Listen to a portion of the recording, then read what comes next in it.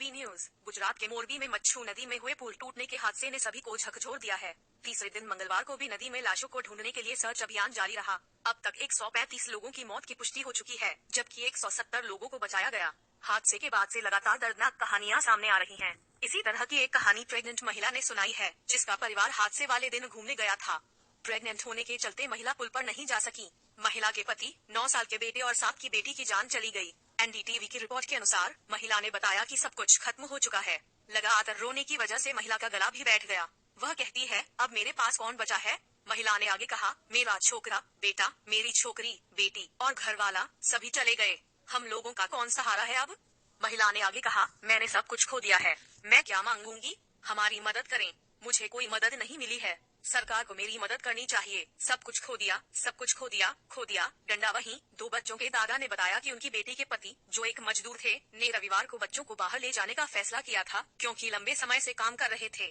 तीनों ही नदी में गिर गए। उन्होंने कहा कि कुछ स्थानीय नेता ने तो उनसे मुलाकात की, लेकिन राज्य सरकार की ओर से कोई नहीं आया। पीएम मोदी ने मोरबी में दुर्घटना स्थल का दौरा किया।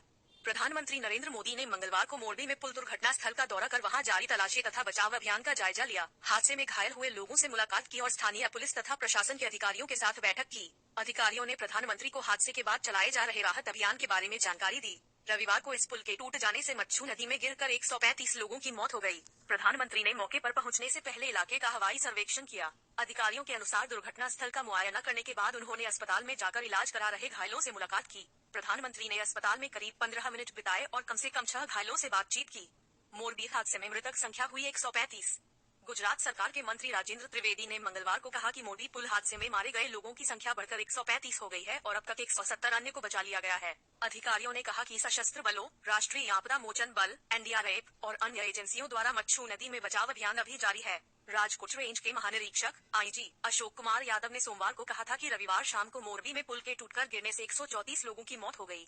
गुजरात के कैबिनेट मंत्री त्रिवेदी ने मंगलवार को कहा, अब तक बचाव दलों ने 135 शव बरामद किए हैं, जबकि नदी में गिरे करीब 170 लोगों को जिंदा बचा लिया गया है।